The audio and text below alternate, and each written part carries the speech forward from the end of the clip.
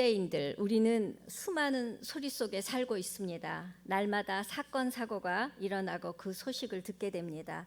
들리는 소리뿐만 아니라 우리 손에 들려있는 핸드폰을 통해서도 너무나 많은 소식을 듣게 됩니다. 일을 하다가 핸드폰을 보면 어느새 글이 수북히 쌓여 있는 것을 발견하게 됩니다. 각 방마다 같은 팀원들이 사랑의 교제가 있고 응원이 있는 그런 행복한 미소를 짓게 만드는 소리들이 있습니다. 그러나 그 중에는 갑자기 자신이 아프거나 또는 가족이 아파서 기도 부탁을 하는 가슴 아픈 소리들이 있고요. 또 어려움을 갑자기 당해서 정말 힘든 마음을 나누고 또 기도 부탁을 하는 소리들이 있습니다. 이렇듯 우리에게 들려오는 소식은 우리에게 기쁨이 되고 힘이 되는 소리도 있지만 염려와 걱정, 두려움을 주는 소리가 더 많습니다. 더욱이 관계 안에서 불의함과 오해 속에서 듣게 되는 소리는 우리 마음속에 억울함과 분노를 일으킵니다. 그리고 이해받지 못하고 오해받고 또 잘못된 평가를 받을 때 마음의 상처를 받게 됩니다. 마치 느닷없이 들려오는 핸드폰 소리가 예배의 흐름을 끊어놓듯이 모임의 분위기를 흔들어 놓듯이 그러한 소리는 우리 마음과 집중력을 흔들고 우리 감정을 뒤흔들어 놓아서 평정심을 잃게 됩니다. 분노가 마음을 닫게 만들고 두려움이 눈을 가리게 됩니다. 그렇게 듣고 싶지 않아도 들려오고 원하지 않아도 들어야 되는 수많은 소리를 우리는 듣고 있습니다. 이러한 소리들 속에서 어떻게 하면 하나님의 자녀다운 반응을 하고 마음을 힘써 지키며 어떻게 하면 한결같이 자신의 자리를 지키고 또 자신에게 주신 사명을 감당하며 살아갈 수 있을까? 이런 한결같음을 어떻게 유지할 수 있을까 생각하게 하는 말씀입니다. 그리고 오늘 우리가 읽은 말씀에서 예수님으로부터 그 답을 듣게 됩니다. 오늘 읽은 본문은 그리고라는 말로 시작됩니다. 그 그리고라는 단어가 8장 11절까지 이어지는 사건을 설명해 주고 있습니다. 7장 53절의 말씀인 그리고 그들은 각기 자기 집으로 돌아갔습니다. 와 8장 1절의 말씀인 예수께서는 올리브산으로 가셨습니다라는 말이 대조적으로 대비되어 전개되고 있습니다. 이 말씀 앞에 어떤 상황이 있었기 때문에 이런 상황이 이어지게 될까 궁금하게 됩니다. 그리고라는 단어로 함축된 상황을 설명하는 내용이 6장 후반부부터 7장에 기록되어 있습니다. 6장 후반부부터 시작되어 7장에 이르는 예수님에 대한 논쟁이 7장에서는 더욱 치열해졌고 예수님은 그러한 논쟁 속에서 자신에 대한 수많은 변호와 수많은 평가와 또 공격을 받고 있었습니다. 오병이어 기적 뒤에 사람들이 예수님을 로마의 압제로부터 그리고 배고픔과 같은 현실적인 문제를 해결해 주실 수 있는 능력 있는 선지자로 여기고 수많은 무리가 예수님이 가는 곳마다 따라다니고 있었습니다. 예수님에 대한 관심이 집중될 때 예수님은 당장의 문제번을 보는 그 사람들에게 참된 양식, 영적인 갈망을 일으키기 위해서 사람들이 이해할 수 없는 말씀을 하십니다. 요한복음 6장에서 7장에 대한 내용들이니 성경을 펼쳐서 함께 보시면서 저와 함께 설교 말씀을 들으시면 훨씬 이해가 많이 되실 겁니다.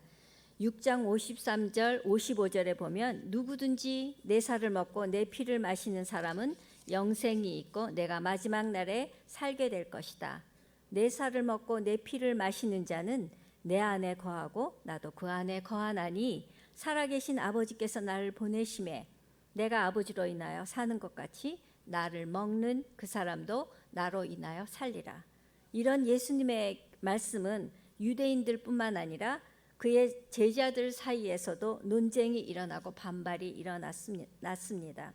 6장 60절에 보면 제자 중 여럿이 여럿이 듣고 말하되 이 말씀은 어렵도다. 누가 들을 수 있느냐 한데라고 기록되어 있습니다. 사실 이 말씀은 여러분이 지금 이스라엘 백성이 되어 그 당시에 있었다 하더라도 이해하기 어려운 말씀이고 받아들이기 어려운 말씀입니다. 우리는 이미 성경을 통해서 예수님에 대해서 배우고 알기 때문에 이 말씀을 이렇게 자연스럽게 받아들일 수 있는데 그 당시 예수님을 메시아로 몰랐던 그리고 인정하기 싫어했던 그들에게 이 말씀은 정말 이해하기 어려운 그런 난해한 말씀이었습니다. 그래서 6장 66절에는 이 말씀 때문에 예수의 제자 가운데 많은 사람이 떠나갔고 더 이상 그분과 함께 다니지 않았습니다 라고 말합니다. 이런 긴장이 7장에서는 더욱 치열해집니다. 7장 1절에 보면 이 후에 예수께서는 갈릴리 지방을 두루 다니셨습니다. 유대 사람들이 자기를 죽이려 하기 때문에 유대 지방에서 다니기를 원하지 않으셨던 것입니다 라고 말합니다. 이런 상황 속에서 예수님이 다시 예루살렘에 올라가신 것은 대단히 위험한 일이고 단단히 마음에 어떤 결단을 하신 것이라고 생각합니다. 예수님에 대한 이런 험악한 분위기는 7장 8장에서 법정 고소 고발로 이어집니다. 유대인들 그 중에서도 종교 지도자들 사이에서 예수님을 신성 모독죄로 벌하려는 시도가 심각하게 일어나기 시작합니다. 예수님은 이런 상황 속에서 자신을 변호해야 될 상황에 이르셨습니다. 그런 상황 가운데 예수님의 형제들은 예수님에게 공개적으로 예수님이 일하셔서 세상에 나타내지 않는 것에 대해 불만을 나타냅니다. 예수님이 메시아인 것을 입증해 보이는 충분한 권능을 공개적으로 나타내므로 그가 메시아인 것을 인정받기를 예수님의 형제들은 원했습니다. 그러나 예수님은 자기 자신의 영광과 권위를 위하여 일하시지 않는 분이십니다. 만약 그 자신의 영광과 권위를 위해서 일했다면 마땅히 자신의 권능을 세상에 나타내셨겠지요. 그분은 한 사람들로부터 영광을 취하지 않으시며 아직 자신의 때가 이르지 않았기 때문에 적극적으로 자신을 변호하지도 않고 자신의 존재를 입증하지도 않으셨습니다. 하지만 7장 14절에 보면 예수님은 처음으로 성전에 올라가셔서 말씀을 가르치기 시작하심으로 자신의 메시아 되심을 나타내십니다. 이렇게 예수님에 대한 논쟁이 뜨거워져서 예수님을 잡고자 하는 무리들이 일어나고 또 한편으로는 7장 31절처럼 그리스도께서 오실지라도 그 행하신 표적이 이 사람이 행한 것보다 많으랴라고 말하는 예수님에게 은혜를 받은 자들의 반응도 함께 들려오고 있었습니다. 이것이 7장 53절, 8장 1절 앞에 있었던 예수님이 처했던 상황이었습니다. 이런 상황 속에서 7장 53절에 기록되었듯이 예수님에 대한 평가와 소리, 오해와 공격 속에서 사람들은 자기의 생각을 따라 각자가 느낀 감정과 마음을 가지고 각자 자기 집으로 돌아갔고 예수님은 평소처럼 올리브산으로 갔다는 것입니다. 사람들은 자신이 있던 삶의 자리로 돌아갔습니다. 예수님은 늘 하시던 대로 하나님 앞으로 나가셨습니다. 그 시간 뒤에 전개되는 8장 2절부터 상황을 보면 또다시 아주 대조적인 모습을 봅니다. 예수님은 변함없이 사람들을 가리키는 회당으로 나가시고 사람들은 예수님을 고발할 거리를 만들려고 그런 잘못된 동기를 가지고 예수님 앞으로 나옵니다. 듣고 싶지 않아도 들려오고 원하지 않아도 들어야 되는 수많은 소리가 내 생각과 마음을 흔들어 놓을 때 어떻게 하면 한결같음을 유지할 수 있을까? 말씀에서 보여주듯이 우리에게는 두 가지 길이 있습니다. 하나는 예수님이 선택하신 하나님 앞으로 나가는 길입니다. 예수님은 내 생각과 감정에 따라 행하지 않고 하나님 앞으로 나가는 선택을 하십니다. 또 하나는 예수님 곁에 있었던 사람들, 예수님을 제대로 이해하지도 못하고 알지도 못하면서 자기 생각대로 말하고 자기 이익을 위해 말하고 공격하던 사람들이 선택한 자리입니다. 그 사람들이 선택한 그 자리는 변화를 위한 새로운 생각과 도전이 일어나지 않는 늘 선입견과 굳어진 생각, 고정관념과 자기 주장으로 일관된 자리입니다. 그래서 새로운 생각이 일어나지도 않고 다른 사람의 입장이나 생각을 받아들일 수 없는 점점 더 고집스럽게 되고 자기 중심적이 되고 더 나아가 집단주의가 되는 그런 자리입니다.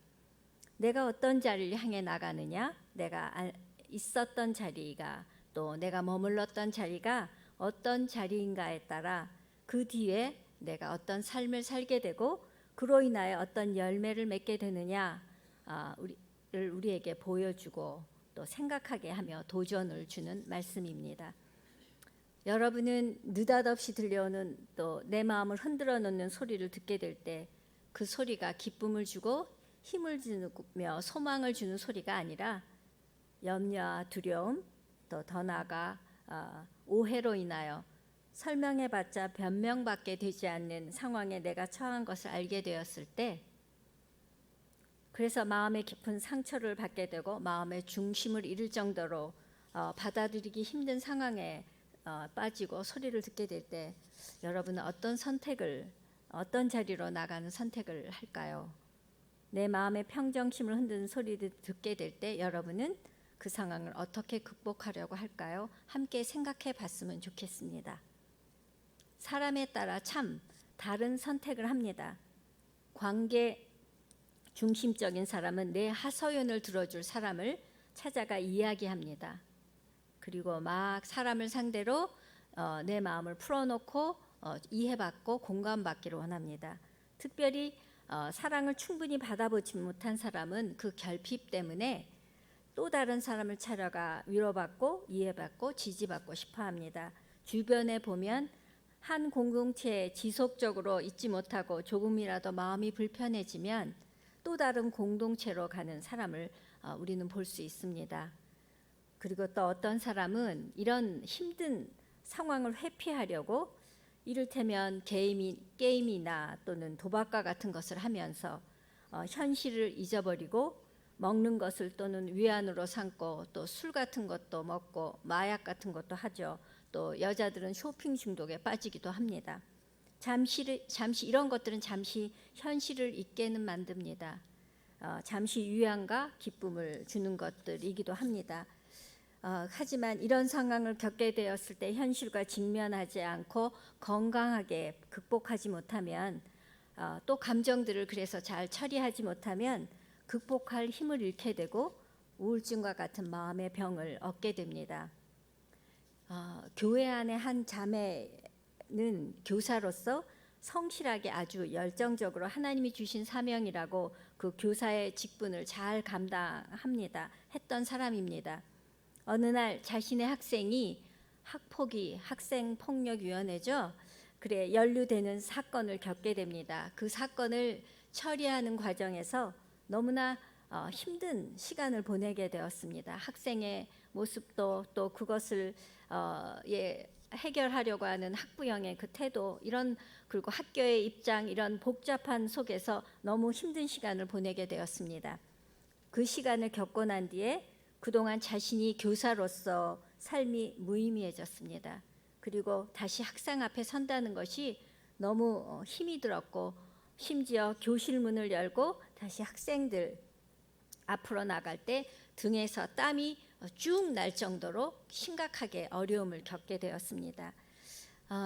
저하고 상담만으로는 해결될 상태가 아니었습니다. 저에게 이야기하면서도 하염없이 그냥 멈추지 않는 눈물이 흘리면서 제가 자꾸 요즘 울어요 라고 하더라고요. 마음이 너무 힘든 거죠. 그래서 상담만으로 해결될 것 같지 않아서 제가 정신과 의사에게 보내서 검사를 받게 했습니다. 다행히 약을 복용할 정도는 아니었고 공황 장애 직전까지 갔다는 진단을 받았습니다. 감사하게도 잘 극복하였고 다시 예전의 열정은 아니지만 최선을 다하는 교사의 삶을 살고 있습니다. 예수님이 선택하신 길은 하나님 앞으로 나가는 길입니다. 그 길은 어떠한 길인지 함께 살펴보겠습니다. 첫 번째 예수님이 머무신 자리는 하나님 앞으로 나가는 길입니다. 예수님은 하나님 앞으로 나가 하나님 안에 머무는 그런 선택을 하십니다. 그 선택을 하시고 하나님 앞에 머무는 그 시간 뒤에 자신을 향한 사람들의 반응이 어떠하든지 하룻밤새 그들의 반응이 뭐가 달라졌겠어요, 그렇죠? 변함없이 6장 7절에서 7장 사이에 아까 우리가 살펴본 그런 반응이 예수님을 기다리고 있었습니다. 그러함에도 불구하고 변함없이 늘 하시던 대로 회당에 나가 사람들을 만나고 말씀을 가르치십니다. 그리고 그 뒤에 이어지는 자신을 고소하려고 온 사람들에게, 또 가늠한 하다 붙잡힌 여인에게 인간의 감정에 따라 반응하지 않으십니다. 그리고 은혜와 사랑으로 그리고 진리로 대하셔서 고발을 하려고 하던 자들도 스스로 양심의 가책을 받고 찔려서 스스로 물러가게 하십니다. 그리고 죄책감에 수치심에 몸둘 바를 모르는 그 여인에게는 사랑으로 치유와 구원을 베풀어 주십니다. 하나님 앞은 어떤 자리일까요? 어떤 자리이기에 상황과 상관없이 한결같을 수 있는 힘을 줄까요? 예수님처럼 상황과 감정에 따라 반응하지 않으려면, 상황에 휩싸이지 않고 매이지 않으려면 하나님 앞으로 나가 마음을 토해야 합니다. 시편 62편 1장에서부터 8절 말씀에서 다윗이 했던 것처럼 마음을 하나님 앞에 쏟아야 합니다. 우리 시편 62편 1절에서부터 8절 말씀을 함께 읽겠습니다. 시작. 내 영혼이 조용히 하나님만 기다리는 것은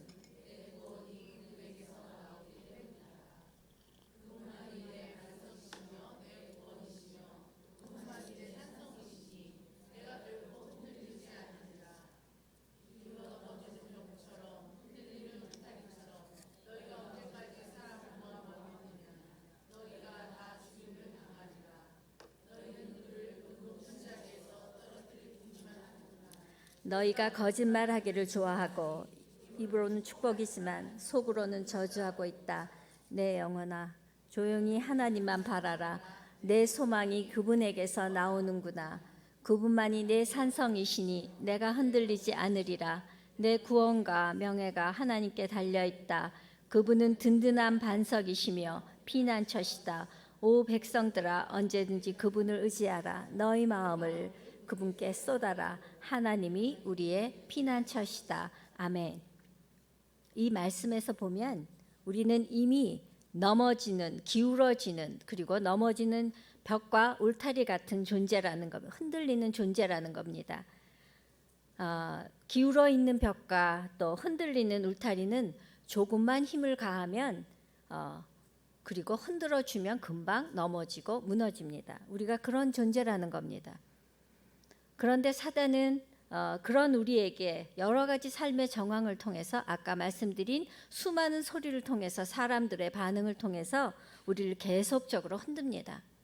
겉으로는 축복의 소리처럼 또 우리를 유혹하지만 속으로는 저주의 말을 통해 우리를 영적으로 죽이려고 하는 것입니다. 그래서 다윗은 우리에게 구원을 주시는 피난처 되시는 하나님 앞에 나가라고 말합니다. 그리고 그분을 언제든지 의지하고 마음을 쏟으라고 권합니다. 수많은 죽음의 고비를 넘기며 쫓김을 당했던 다윗의 삶으로부터 나오는 권면입니다. 의지한다는 것은 내가 어떤 말을 해도 다 들으시고 받아주시고 품어주실 것을 믿는, 그래서 어떤 말을 해도 되는 그런 하나님이라는 것을 신뢰하는 것을 말합니다. 하나님은 우리의 피난처 되십니다. 하나님은 언제나 변함없이 함께 계셔 주시는 반석과 같은 분이십니다. 그분을 의지하십시오. 그리고 마음을 쏟아 기도하십시오. 그러면 죽을 것 같은 고난 속에서도 그분의 구원이 임합니다. 아멘. 제가 여성 사역자를 시작하면서 오래전 이야기죠. 처음으로 좋은 어머니 스쿨을 열게 되었습니다. 저도 처음이지만 성도님들도 처음이라 모든 것을 새롭게 시작해야 되었습니다. 교회에 원탁이 깔리고 테이블보를 씌우고 조를 짜서 섬기는 일이 처음이라 참으로 일도 많았고 또 사람을 세우는 일도 만만치 않았습니다. 그런 수많은 결정을 하고 수많은 얘기를 해야 되고 들어야 되는 시간들 속에서 제가 점점 사람의 소리를 듣고 반응하는데 지쳐갔습니다. 마음의 여유가 없어지면서 깨달았습니다. 제가 반응하는 것이 점점 까칠해지는 것을 깨달았어요. 내 안에 빨간불이 켜졌구나. 정말 시간을 내어 저 절실히 하나님 앞에 엎드려야겠구나. 라는 것을 깨닫고 더 일찍 일어나 아무리 바빠도 다윗처럼 마음을 쏟아 하나님께 기도했습니다. 그 기도하는 시간에 하나님의 임재와 위로를 받게 되었고 다시 힘을 얻게 되었습니다. 그리고 부어주시는 지혜를 따라 감당하였습니다. 저는 성품이 외향적이 아니고 내향성을 가진 사람입니다. 그래서 오랫동안 사람들 속에서 있으면 에너지가 줄어들면서 혼자만의 시간이 필요합니다. 특별히 하나님 안에 거하는 시간이 필요합니다. 다시 주님으로부터 에너지 충전을 해야 됩니다. 플러그인 해야 되죠. 플러그인 안 하면 플러그가 이렇게 헐거워지면 제가 아까처럼 빨간불이 켜지는 것을 알 수 있습니다. 또 예수님처럼 하나님 앞으로 나가면 나에서 우리로 생각과 마음의 중심이 옮겨가게 됩니다. 두 번째죠. 예수님처럼 하나님 앞에 나가면 나에서 우리로 생각과 마음의 중심이 옮겨가게 됩니다. 하나님 앞으로 나가면 내 안에 갇혀서 보지 못하고 생각하지 못했던 것들이 보여지고 새로운 마음으로 생각하게 됩니다. 시선을 나로부터 하나님을 향하면 하나님의 시각으로 바라보게 되고 생각하게 됩니다. 그래서 똑같은 상황이라도 다르게 보이고 새롭게 생각하게 됩니다. 예수님도 인간의 몸을 입으셨기 때문에 자신을 향한 수많은 소리와 평가 속에서 또 공격 속에서 마음이 힘드셨을 것입니다. 자신을 적극적으로 나타내실 수도 없고 하나님의 때를 기다려야 되기 때문에 답답함도 있으셨을 것이라 생각됩니다. 또한 인간의 죄와 사악함을 보셨고 또 무지와 어리석음도 보셨습니다. 그래서 예수님은 하나님 앞에서 이런 시끄러운 마음을 쏟아 기도하셨을 것이고 하나님 아버지의 음성을 들으면서 영육간의 모든 힘듦과 피곤을 회복하셨으리라 생각됩니다. 또한 이 시간을 통해 예수님은 더욱 십자가를 지셔야 되는 사명으로 마음을 동이셨을 것 같습니다. 그리고 하나님의 뜻으로 자신의 마음을 다잡고 어제와 같이 여전히 시끄러운 세상 속으로 다시 나오셨을 것입니다. 반면 예수님을 이해하지 못했던 유대인들, 그분에게 질투와 시기를 했던 종교 지도자들은 복잡한 생각과 계산 그리고 마음을 갖고 하나님 앞으로가 아니라 자신의 익숙한 삶의 자리로 나갔습니다. 그래서 그들은 자신의 신념과 가치에 갇혀서 욕심에 갇힌 그대로 다시 더 자신의 생각이 굳어지고 신념이 굳어져서 예수님을 고발할 구실을 찾으려는 악한 마음으로 가득하여 예수님 앞에 나옵니다. 로마서 15장에서 예수님은 자기를 기쁘게 하지 말고 예수님께서 우리를 받으신 것처럼 서로 받으라고 하십니다. 왜 우리는 관계의 어려움을 겪을 때 서로 자기 입장이 옳다고 말하고 싸우며 서로에게 지울 수 없는 상처를 주게 되나요? 내가 옳다는 것을 확인받고 싶은 거죠. 그리고 증명하고 싶고 또 나도 피해자라는 것을 알리고 상대가 사과하기를 바라서 우리가 그럽니다.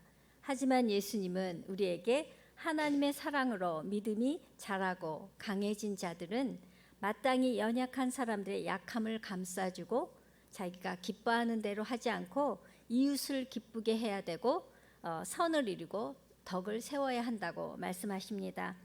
그리스도께서 하나님의 영광을 위해 우리를 받아주신 것처럼 우리도 서로 받아서 서로 같은 뜻을 품고 한 마음을 품어야 한다고 말씀하십니다.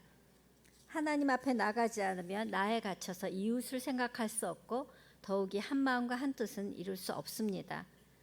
사무엘의 어머니 한나는 참으로 힘든 삶을 살았던 여인입니다. 한나는 남편의 지극한 사랑을 받았지만 자식을 낳을 수 없는 여인으로 그 시대 이스라엘에서 참으로 극복하기 어려운 문제를 가진 여인이었습니다. 남편 엘가나에게는 또 다른 아내 브닌나가 있었고 브닌나에게는 자식이 있었습니다. 그리고 브닌나는 남편 몰래 한나를 괴롭혔습니다. 아이를 갖지 못하는 아픔도 힘든데 그 약점을 이용하여 괴롭히는 브닌나로 인하여 한나는 마음이 힘들고 울 때가 많았습니다. 하지만 한나는 이런 갈등을 남편에게 말하지 않았고 하나님의 앞에 나가 울며 기도했습니다. 엘리 제사장은 이런 한나의 모습을 보고 술에 취한 줄 알았을 정도로 마음을 다해 기도했습니다. 엘리가 술에 취한 줄 알고 꾸짖었을 때 한나는 내 주여, 그런 게 아닙니다. 저는 슬픔이 가득한 여자입니다. 저는 포도주나 독한 술을 마신 것이 아니라 여호와께 제 심정을 쏟아낸 것입니다. 라고 말합니다. 엘리가 평안히 가시오. 이스라엘의 하나님께서 당신이 구한 것을 허락하실 것이라고 축복해 주었습니다. 그리고 한나는 그 축복의 말을 믿음으로 받았고 집에 돌아가 다시 음식을 먹고 얼굴에 다시는 근심을 띠지 않았습니다. 그리고 하나님께서 복을 주셔서 아이를 갖게 되었고 여호와께 구해 얻은 아이라 해서 사무엘이라 이름을 짓고 아이가 젖을 뗀 후에는 하나님께 서운한 대로 여호와께 아이를 바쳤습니다. 사무엘은 이스라엘을 사사기 시대의 어둠으로부터 하나님께로 인도하였던 선지자입니다. 한나는 이렇게 자신의 아픔을 사람에게 풀지 않고 또 남편의 총애를 받는 권세로 분인날을 이기는 사람의 방법을 사용하지 않고 하나님 앞에 나가 기도함으로 가정을 지키고 사무엘을 하나님께 드림으로 어둠 속에 있던 나라를 구합니다. 이것이 하나님 앞에 나가 머물 때 주어지는 신비한 은혜입니다. 인간이 갖게 되는 감정과 아픔을 넘어 그 문제보다 더 크신 하나님을 만나고 하나님 안에서 소망을 얻게 되고 아픔을 넘어 아픔을 딛고 더 나은 선을 향해 나가는 그런 신비로운 은혜입니다. 조금 전에 말씀드린 교회 자매는 의사와의 상담도 도움이 되었지만 결국 자신에게 힘을 주었고 삶의 방향을 늘 인도해 주셨던 하나님 앞에 나가 다시 기도하면서 또 그리고 매일 큐티 묵상을 하면서 회복이 일어났습니다. 하나님 앞에 나가서 마음을 쏟고 말씀이 마음을 채우면서 세상의 성공과 실패를 넘어설 힘을 얻게 되었고 하나님 얻게 되었습니다. 그렇게 하나님 앞 그 자리는 이런 은혜, 회복이 일어나는 그런 자리입니다. 세 번째, 예수님처럼 하나님 앞에 나가면 나의 나됨을 회복하고 다시 사명의 자리로 나가게 됩니다. 하나님 앞에 나가면 세상의 복잡하고 시끄러운 소리들이 사라지고 조용해집니다. 그래서 큐티가 quiet 타임입니다. 수많은 요구들이 가치들이 흔들어 놓은 마음과 생각이 조용해지고 비로소 지치고 공고한 내 자신을 하나님을 통해서 마주하게 됩니다. 하나님 앞에 나가면 정신없이 살다가 지친 내 앞에 변함없이 든든한 반석으로 계신 주님을 보게 됩니다. 주님이 계시니 저는 두렵지 않습니다. 주님이 계시니 저는 안전합니다. 라고 고백하면서 비로소 영혼의 쉼이 찾아옵니다.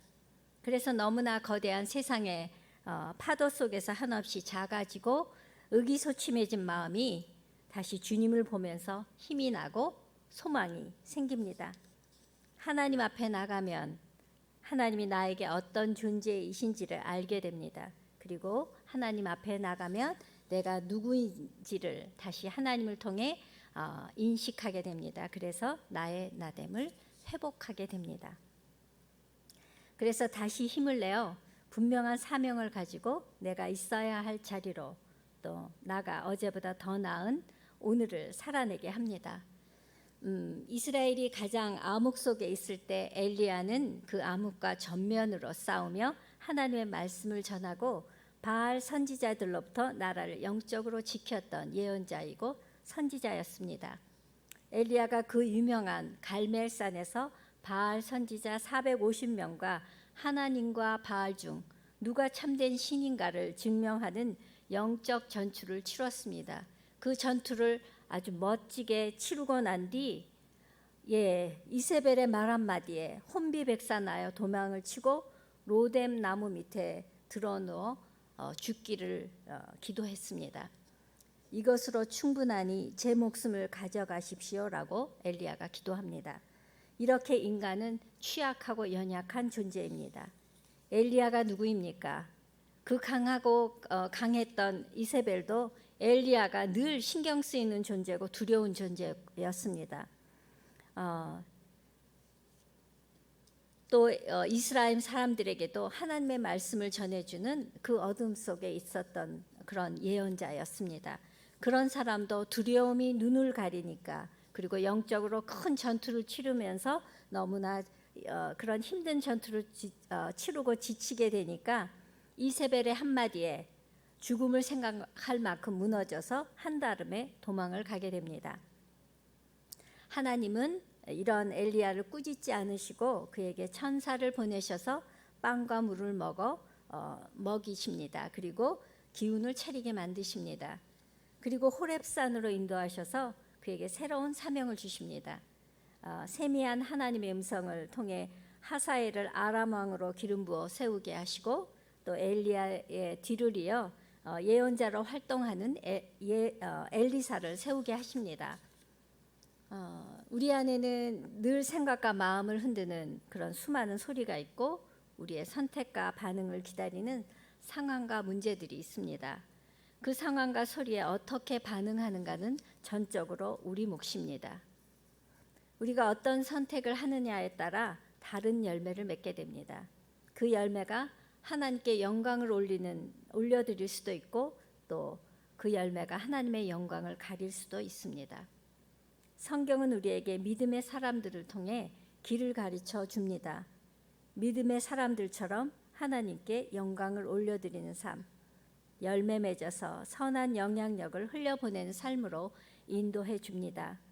예수님처럼, 그리고 한나처럼, 엘리야처럼 하나님 앞에서 하나님 안에 머물면서 나의 나됨을 회복하고 나에서 우리로 나가 사명을 감당하도록 인도해 줍니다. 마지막으로 김남준 목사님의 자네 정말 그 길을 가려나에 실렸던 글을 나누겠습니다.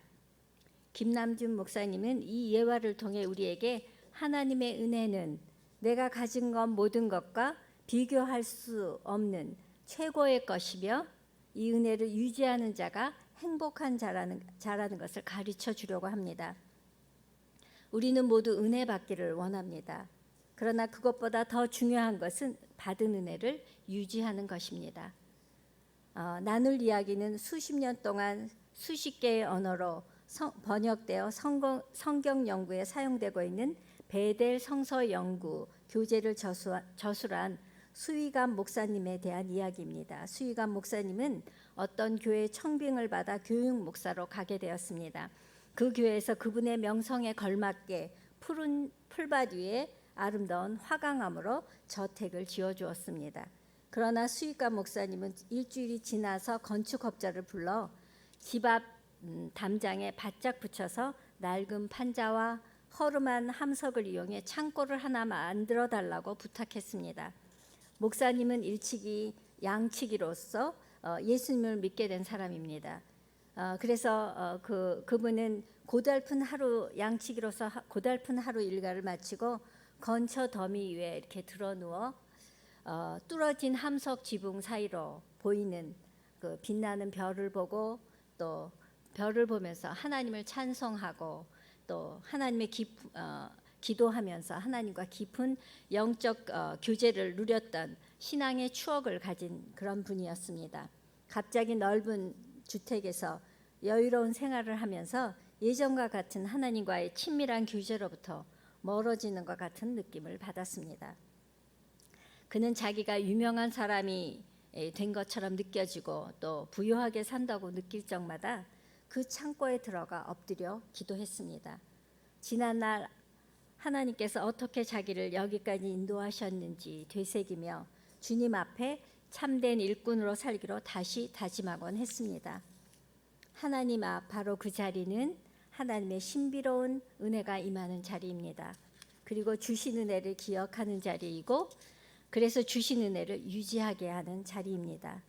하나님 앞에서 그분이 베풀어 주신 은혜를 기억하면 나에게 하나님은 어떤 분이신지를 더 분명하게 인식하게 됩니다. 그래서 내 안에 회복이 일어나며 더욱 하나님을 사랑하고 믿고 의지하게 됩니다. 하나님 앞에서 나를 내려놓고 내 짐을 맡기면 나의 멍에는 쉽고 가벼워집니다. 내 짐을 함께 짊어지고 해결하시는 성령님의 능력을 경험하게 됩니다. 그리고 하나님 앞에 나가 나의 나됨을 회복하고 나아서 나에서 우리로 나갈 수 있다면 날마다 매 순간 우리 삶 속에서 주님을 향한 시선을 틀어놓는 그런 상황과 사건을 만나도 나를 두려움과 염려 속에 빠뜨리는 소리를 들어도 흔들리지 않을 수 있고 예수님처럼 변함없이 다시 삶 가운데로 담대히 나갈 수 있다고 오늘 말씀에서 배우게 됩니다. 이제 수요 여성 예배를 종강합니다. 큐티 나눔방도 종강을 합니다. 자녀들의 방학이 시작되었습니다. 이 여름에 수많은 요구와 소리들이 속에서 자칫 지치고 하나님의 자녀다움을 잃고 믿음의 빨간불이 켜질 수 있습니다. 하나님 앞에 나가 하나님 앞에 머무십시오. 우리 앞에 언제나 아버지 하나님의 품이 있다는 것을 기억하십시오. 내 앞에 어떤 상황이 다가와도 고난이 와도 또 나를 흔들지라도 내가 달려가 안길 아버지 하나님의 품이 있습니다. 예수님처럼 하나님 아버지 앞으로 나가 마음을 쏟아 기도하며 하나님 안에 머물며 하나님의 사랑을 누리시기 바랍니다. 하나님께서 베풀어 주시는 은혜로 또 나의 나됨을 회복하고 나에서 우리로 그리고 하나님 나라와 의를 이루고 구하는 자로 사십시오. 오늘이 어떠하든지 내일도 다시 삶의 자리로 나가 변함없이 하나님의 딸로 살며 아름다운 삶의 열매를 맺는 저와 여러분이 되기를 축원합니다. 우리 감사해요 주님의 사랑 찬양을 함께 부르겠습니다. 오늘 말씀을 생각하면서 아버지 하나님이 계시기에 언제나 있는 모습 그대로 달려가 안길 수 있는 아버지 하나님이 계시니 감사합니다. 저는 안전합니다. 아버지 하나님이 계시니 우리 삶에 다가오는 예측할 수 없는 일들 속에서 두렵지 않을 수 있고 그 두려움을 넘어 다시 삶의 자리에 나고 다시 사명을 감당할 수 있습니다. 이런 은혜를 생각하며 찬양하겠습니다.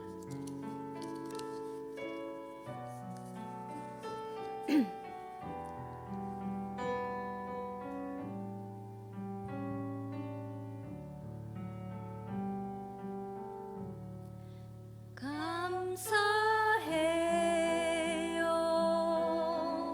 주님의 사랑 감사해요